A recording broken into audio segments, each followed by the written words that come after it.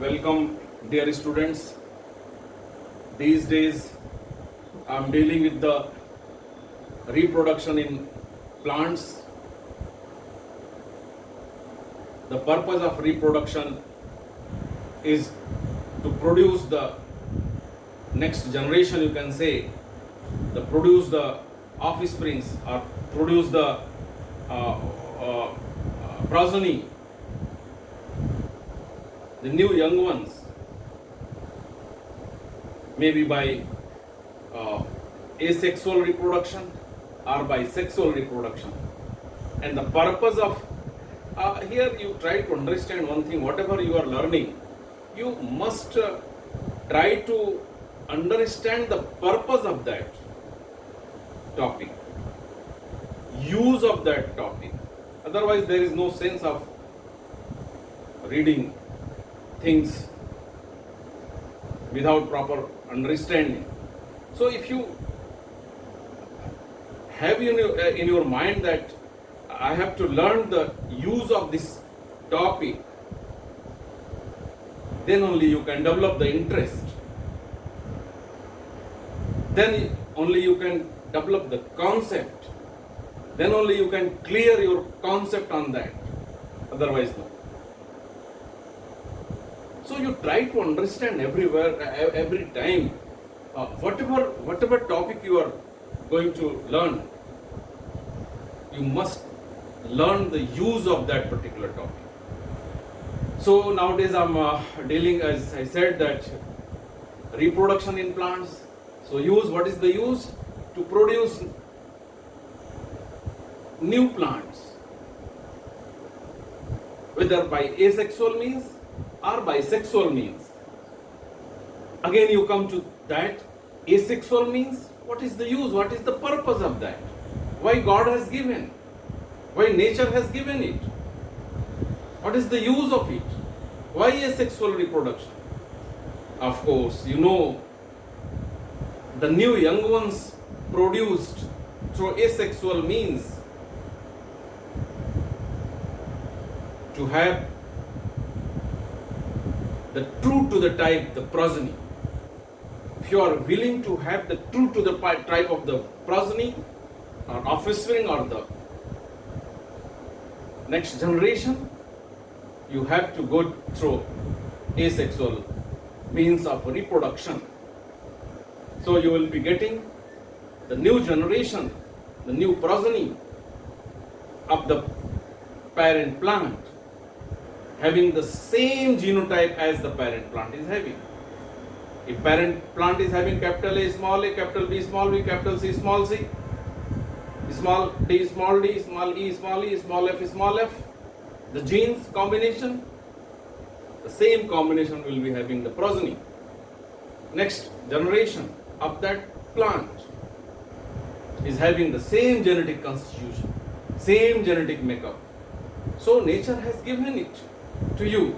If you are willing to produce the same thing as such, you are going to get it through asexual means. So everything has its meaning, has its purpose, has its use. Now you come to next mode of reproduction is sexual reproduction in plants. You see sexual reproduction in plants, as in animals, as in human beings, as in everywhere. In sexual means of reproduction, there is union of male and female gamete to form the zygote. And if it is plants, similarly in human beings, similarly in animals, it is happening. Male and female gametes are fusing and they are forming the zygote. The male and female gametes are having, the nucleus is in N stage. You are having the nucleus 2N, somatic chromosome number 2N. Now gametic chromosome number reduced because of the reductional division, you are having NN. In male, reduced to N, N has reduced to 2N has reduced to N, and in female also 2N reduced to N, and both N coming In zygote, after fusion, it is forming the zygote. Zygote is becoming 2n stage. So normal chromosome number, the progeny is going to have the normal chromosome number. Similarly, in plants also, the male and female gametes are fusing. That is, you are calling fertilization. And after fertilization, the zygote is formed, 2n stage, and that the zygote is developing into the embryo, the miniature of the plant, next generation. From that embryo, root, shoot and roots are coming, giving rise to new plants, new young ones. So here you see male gamete fused with female gamete in plants to form zygote, which develops into embryo. Here you see male gamete, the female gamete, N stage, fusing both, giving the zygote of 2n stage, and that is developing into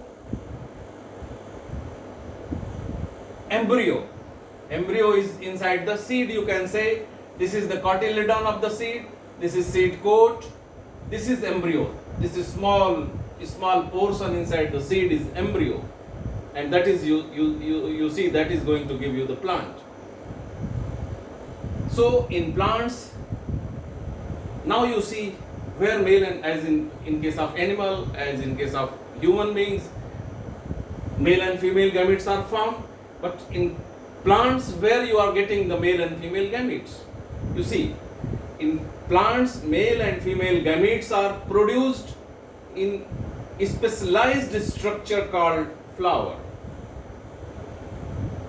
In plants, the male and female gametes are formed in the flower,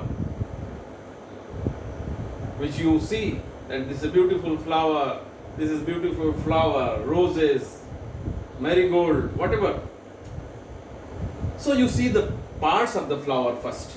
To understand the sexual reproduction in plants, you must try to understand the flowers, because this is the part where male and female gametes are formed. So if you see the flower parts, you see, you know the plant's leaves are there. Then the green part in the flower, you say sepal. The green part is sepal. The colored part is petal. The sepal is also called calyx. The petal is called corolla. Here also, the sepal, the calyx, the petal, the corolla. So you are having calyx, corolla. Corolla is the colored part, which you see, the beautiful flower. Now you see the inside it, the sexual organs are there in the flower inside. So if you see inside, if your flower is bisexual, means hermaphrodite, both the parts, male and female parts, are if available in the same flower, the flower is called hermaphrodite flower. So as in many crop plants, you are having, whether it is pulses, whether it is oil seed, whether it is cereals, in majority of the cases you are having bisexual flower, except maize. In many crop plants you are having bisexual flowers. So see the flower parts. You know the pistil, you see, pistil, the female part, or you are also saying gynoecium. The pistil is also called gynoecium. In pistil, what you are getting? You are having the ovary. This is the ovary. You are having the ovary.